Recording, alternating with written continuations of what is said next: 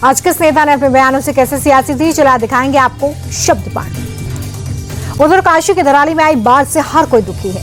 कई लोगों की जिंदगी की तलाश मलबे में हो रही है, लेकिन सपा नेता एसटी हसन इसमें भी सियासत ढूंढ रहे हैं। एसटी हसन ने आपदा को कुदरत का इंसाफ बता दिया है। वो कह रहे हैं कि उत्तराखंड में मुसलमानों के साथ नाइंसाफी हुई, जिसकी वजह से आपदा आ गई। ये आपदाएं क्यों आ रही हैं आखिर? कभी हमें इस बात पे विचार करना चाहिए।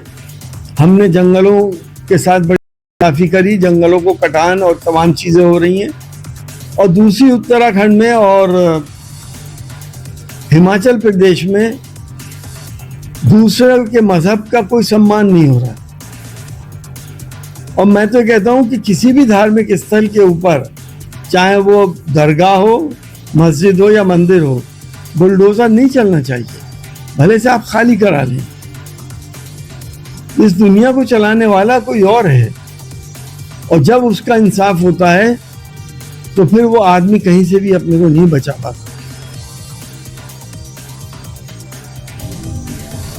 एसटी हसन को मौलाना शहाबुद्दीन ने जवाब दिया। उन्होंने साफ शब्दों में कहा कि किसी भी आपदा को धर्म के चश्मे से देखना बिल्कुल गलत है। आपदा पर किसी का जोर नहीं चलता, और ऐसे में पीड़ितों के लिए संवेदना रखते हुए इस घटना को राजनीतिक रंग न दिया जाए। इसको हिंदू मुस्लिम का रंग न दिया जाए। समाजवादी पार्टी के नेता डॉक्टर एसटी हसन साहब ने इसको हिंदू और मुसलमान का रंग दे दिया। ये बिल्कुल इससे बिल्कुल विपरीत दिशाओं में उनका कहना है। इसका ना मुसलमानों पर जुल्म ज्यादती से संबंध है, ना हिंदुओं से इसका ताल्लुक है। ये एक आफत नागहानी है। अचानक मुश्किल में पड़ जाना, अचानक कोई आफत में आ जाना। बीजेपी नेता मुख्तार अब्बास नकवी ने भी एसटी हसन को आईना दिखाया। उन्होंने कहा कि एसटी हसन को अपनी सोच पर काम करने की जरूरत है। उनके ऐसे अनर्गल बयानों की वजह से पार्टी ने उन्हें टिकट तक नहीं दिया, और अगर वो आगे भी ऐसे ही करते रहे तो हाल और ज्यादा बुरा होगा। मुझे लग रहा है कि कुछ लोगों को जो है वो अल्लाह मियां ने श्राप दे दिया है, और ऐसा श्राप दिया है कि वो कभी भी जो है वो पॉजिटिव चीज जो है वो सकारात्मक चीज सोचेंगे ही नहीं, बोलेंगे ही नहीं। आज जो है वो उत्तराखंड हो या अन्य जगहों पे जो बाढ़ की वजह से जो त्रासदी आई है, उससे जो लोग पीड़ित हैं, जो प्रभावित हैं, उनकी जो है वो सुरक्षा के लिए, उनकी सेहत सलामती के लिए लोग दुआ मांग रहे हैं। आप बद्दुआ करने में लगे हुए हो कि ये जो है ये शराब मिल गया है। शराब तो आपकी बुद्धि को मिला हुआ है, अल्लाह मियां ने दे दिया है आपको, तो इसलिए आप जो है वो कभी भी सकारात्मक बात सोचोगे ही नहीं।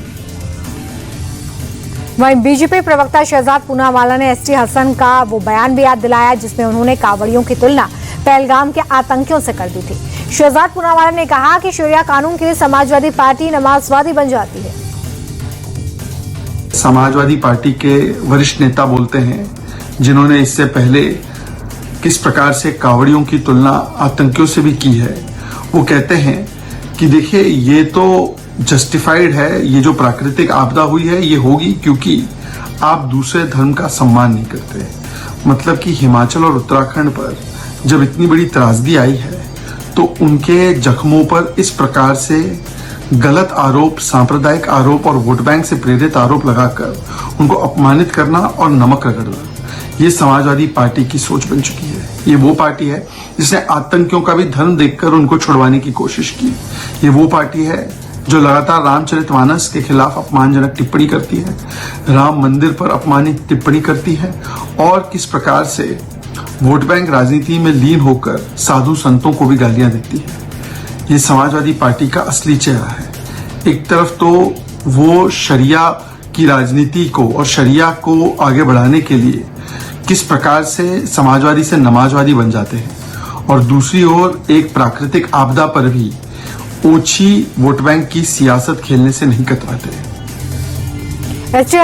के बयान पर कांग्रेस सांसद इमरान मसूद ने भी आईना दिखाया। उन्होंने सलाह देते हुए कहा कि ऐसी आपदाओं पर नफरत की राजनीति करने से बचें। बेहतर होगा कि अगर एसटी हसन खुद लोगों के लिए मोहब्बत का पैगाम दें।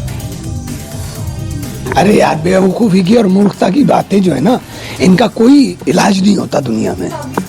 मोहब्बत की बात करो यार। कोई नफरत की बात कर रहा है, उसका जवाब तुम नफरत से दोगे तो मोहब्बत आएगी कहाँ? आप मोहब्बत की बात करो। कभी ये जो पत्थर के ऊपर अगर पानी बूंद बूंद पड़ता है ना तो वो सुराख कर देता है, ये तो इंसान का दिल है। आप मोहब्बत से बात करो, मोहब्बत की बात करो, कभी ना कभी तो असर लाएगी, ऐसा थोड़ी ना होता है।